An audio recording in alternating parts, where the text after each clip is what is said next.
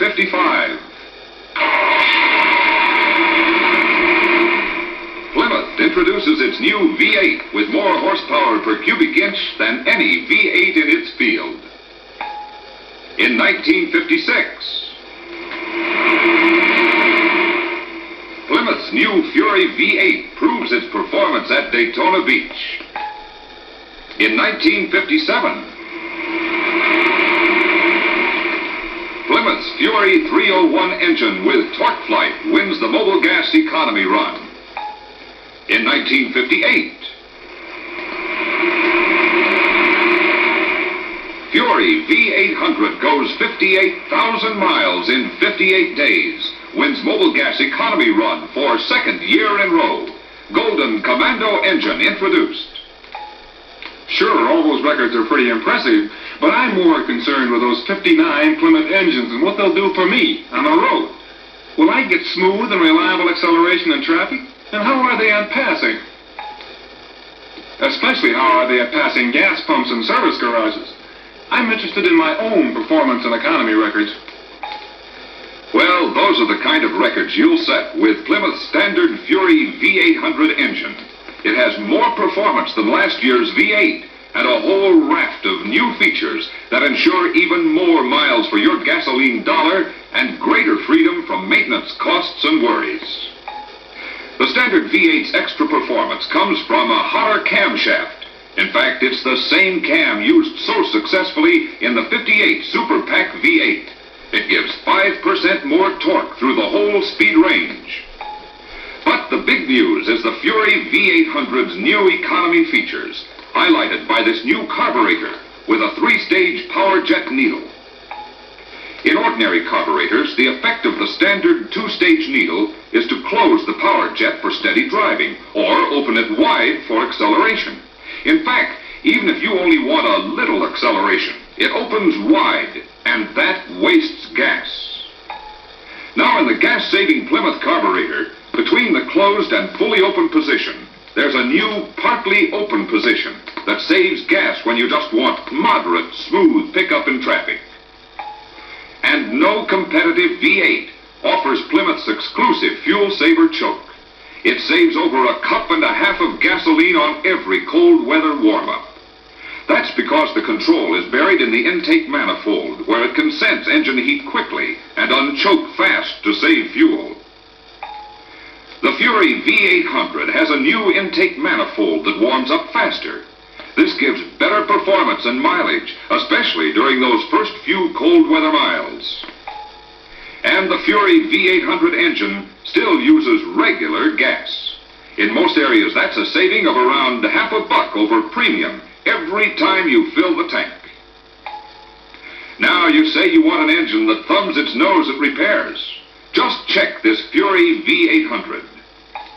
Bearings are at the heart of durability, so the engine has new, bigger main bearings. They will last 50% longer. New heavy-duty connecting rod bearings will hold new car clearances longer without overhaul. Now, you know how fast rust attacks the exhaust system. In fact, some folks think the average car's muffler is as strong as a roll of paper towels. But 59 Plymouth owners should get an extra year of muffler life. A new zinc coating protects the ends and the shell of the muffler, while a new asbestos wrapping keeps it hot to drive out moisture that causes rusting from inside. So you can see why we say the Fury V800 engine will establish new records with its owners. More performance with a new hotter camshaft. More operating economy with the new 3-stage carburetor and fast warm-up manifold. More maintenance economy with new larger main bearings. New heavy-duty connecting rod bearings. New zinc-coated muffler. I'm sure it'll run forever, pal, but you got something with some real getaway? Something that would really leave the scene in a hurry. Have we? Take your choice. First, there's the Fury V800 with Super Pack. It's standard on Sport Furies and a real performance bargain on other Plymouths with its special 4-barrel carb, air cleaner, dual exhausts, manifold, and camshaft. For $59, the new Super Pack camshaft keeps the valves open longer than last year's cam. With the improved engine breathing this cam gives, Super Pack performance is naturally up from last year. More mixture going in means more exhaust gases coming out. So the Fury V800 with Super Pack uses big new 2-inch diameter pipes. They reduce back pressure for better performance and gas mileage. The Super Pack air cleaner features a new tuned resonator chamber that tames the roar of the Super Pack power plant to a well-mannered whisper.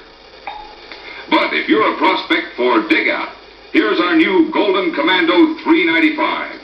That 395 stands for 395 foot-pounds of torque for more acceleration than ever before. There's a new 4-barrel carburetor on both the Golden Commando 395 and the Fury V800 with Super Pack. It features the Fuel Saver choke, so performance customers will get an unexpected economy bonus. So when it comes to performance, remember that Motor Life summed up its 1958 road tests and said that a Golden Commando Plymouth turned out to be the top car of 1958 in performance. And in 1959, the Golden Commando 395 will be even stronger. Well, all that extra performance may be all right for some people, but a lot of us can still get along just fine in a Plymouth 6. You're going to like it even more for 59, because Plymouth has built more stamina into that sturdy 6. For one thing, you can practically forget about valve troubles. A new alloy in the exhaust valve seats stands up longer under heat, and the exhaust valve heads have a new shape that seals against the seat better to keep compression up and fuel costs down. And the 6 enjoys the same bearing benefits as the V8s. New, larger main bearings and new heavy-duty connecting rod bearings. Your 59-6 will have a lot more heart. The 6 has a new floating oil intake in the crankcase. It rides above the sediment and below the foam, so it selects only the cleanest oil for the engine. Along with other lubrication changes, this means the 6 will get more dependable lubrication and will use even less oil. Yes, sir, the Plymouth 6. In a car with Plymouth's beautiful styling and with Plymouth features like torsion air, it makes a mighty attractive buy for the man who'd like to save money in the engine compartment. I'm sure. But how about those push-button transmissions? Some of us girls couldn't drive a car at all if it weren't for automatic transmissions, you know. Have a look at these new push-button controls for the Torque Flight and the Power Flight transmissions. More than a touch of imperial styling here, and more convenient than ever. What's more, push buttons make the operation of Torque Flight and Power Flight foolproof. You don't have to slide a shift lever into the right range. With push buttons, you pick your range and push it. And mechanical connections between the buttons and the transmission just about eliminate troubles. The transmissions themselves are more efficient and quieter because the torque converters are water-cooled.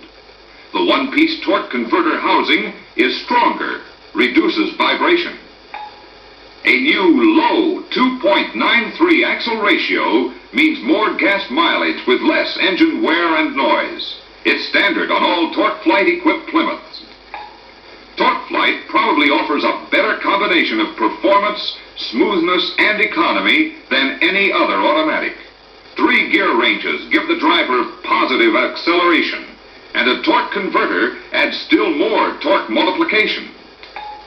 And the man who likes to shift his own gears will want to know that the manual shift linkage has been redesigned, so you get a more positive shift with a more positive feel. And if you add overdrive, you get another boost in gas mileage. With an engine speed of 40 miles an hour going through overdrive, you get a car speed of 52 miles an hour. So with engines that range from a more dependable 6 to powerful V8s that provide both new gas savings and new performance. With transmissions that range from a sturdier manual shift to improved push-button torque flight, the new 1959 Plymouth lives up to its styling promise when you get it on the road.